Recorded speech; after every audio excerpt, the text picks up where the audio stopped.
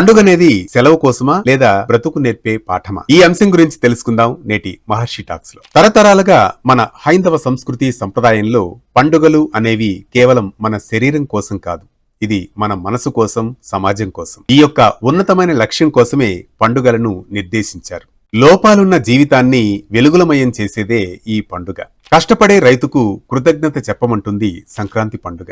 లోపాలున్న జీవితానికి వెలుగులు నింపమంటుంది దీపావళి. మనసులోని అహంకారాన్ని, ద్వేషాన్ని అగ్నిలో దహించమంటుంది, రంగులతో మనసును సంతోషమయం చేసుకోమంటుంది హోలీ. సత్యం పలుకుతూ ధర్మంతో చరించమంటుంది శ్రీరామనవమి.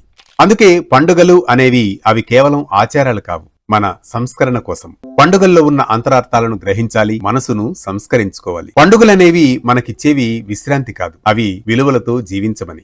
ఇదే పండుగలో ఉన్న ఆంతర్యం. ఇలాంటి మరిన్ని అంశాల కోసం యూట్యూబ్, ఇన్స్టాగ్రామ్లలో షేర్ చేయండి, లైక్ చేయండి, సబ్స్క్రైబ్ చేసుకోండి. మహర్షి టాక్స్, మీ ఆర్కే కొత్తకోటతో. పండుగే కాదు, రోజువారీ విశిష్టత కూడా మిస్ అవుతున్నారా? ఇప్పుడే డౌన్లోడ్ చేసుకోండి వేటు న్యూస్.